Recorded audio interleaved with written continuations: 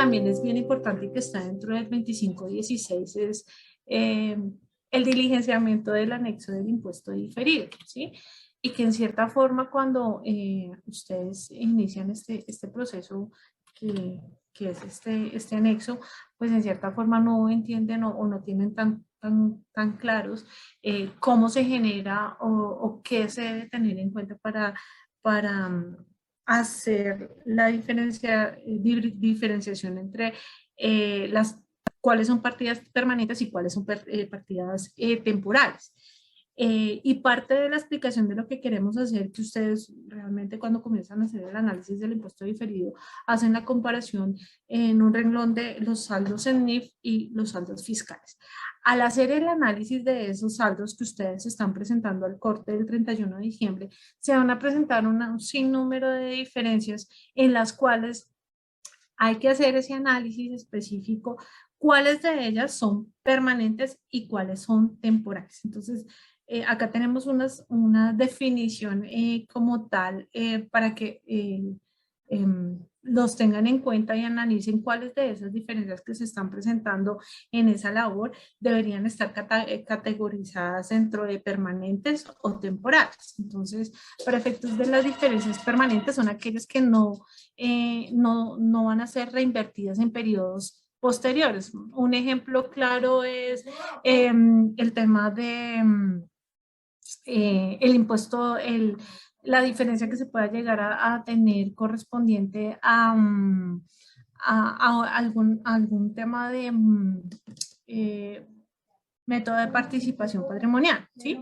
En ese momento, esa diferencia como tal no va a ser tenida en cuenta para efectos pues se va a tener en cuenta para efectos de una diferencia permanente.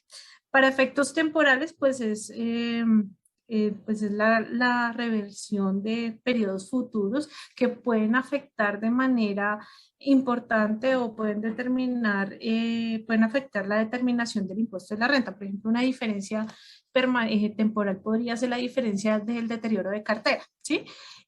Fiscalmente están establecidos unos porcentajes, hay una determinación de deterioro de cartera de manera individual y de manera individual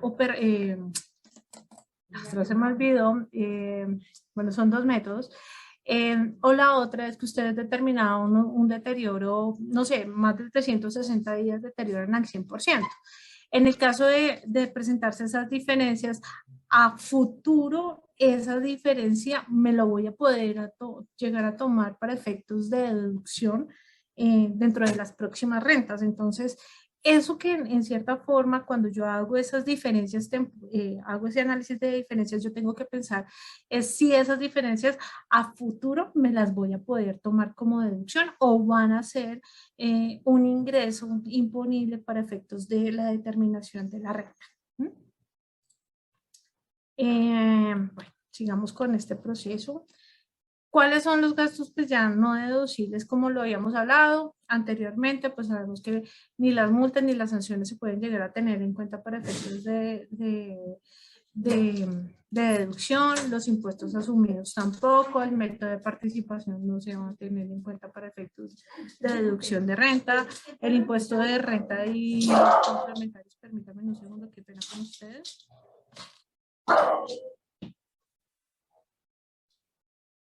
El impuesto de renta y complementarios pues no se va a tener en cuenta, el impuesto de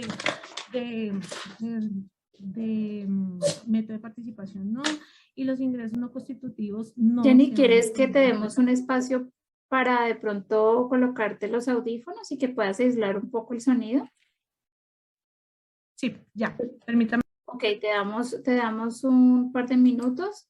Agradecemos a todos nuestros asistentes. Igual les recordamos que tenemos en este momento en el chat de la plataforma Zoom el link para que nos apoyen diligenciando la encuesta y garantizamos el envío de las memorias. Aquí pues podrán también hacernos saber si están interesados en participar en nuestro próximo webinar y también pues van a tener la garantía de recibir en sus correos las memorias del evento. En este momento tenemos en el chat el link. Los invitamos a que nos diligencien por ahora mientras que le damos un espacio a nuestra expositora. Listo. Ya, gracias. Qué Ya pena con regresamos. ustedes, discúlpenme. Tranquila. Sigamos. Adelante.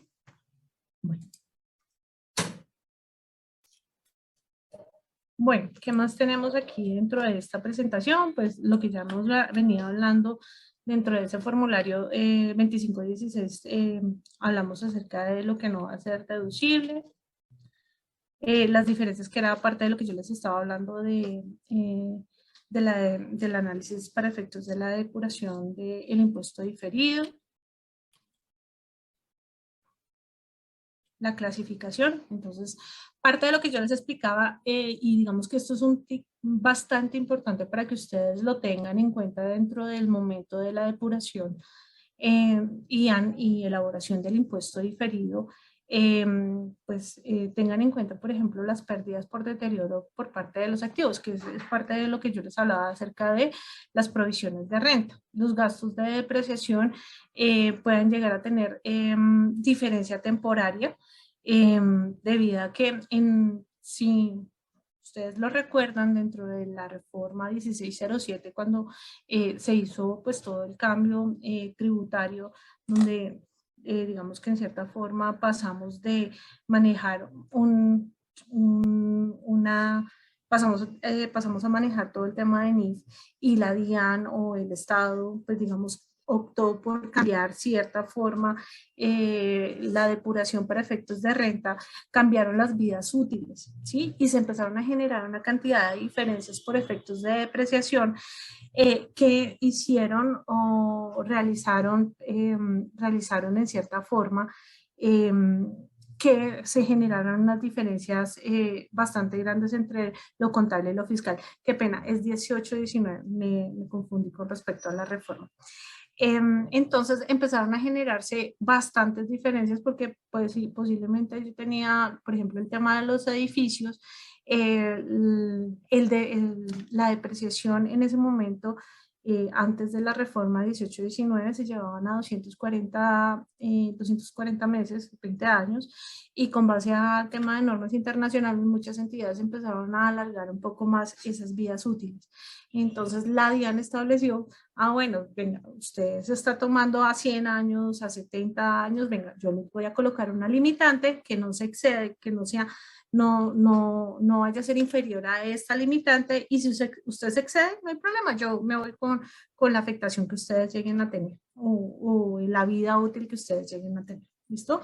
Los gastos por amortización, los ajustes por medición al valor razonable, también es un efecto temporal, y los ajustes por diferencia, en cambio, que era parte de lo que ya veníamos hablando anteriormente en las anteriores presentaciones. Listo. Continuamos un poco acerca del formato 2516, que es parte de, pues aquí está bien detallado.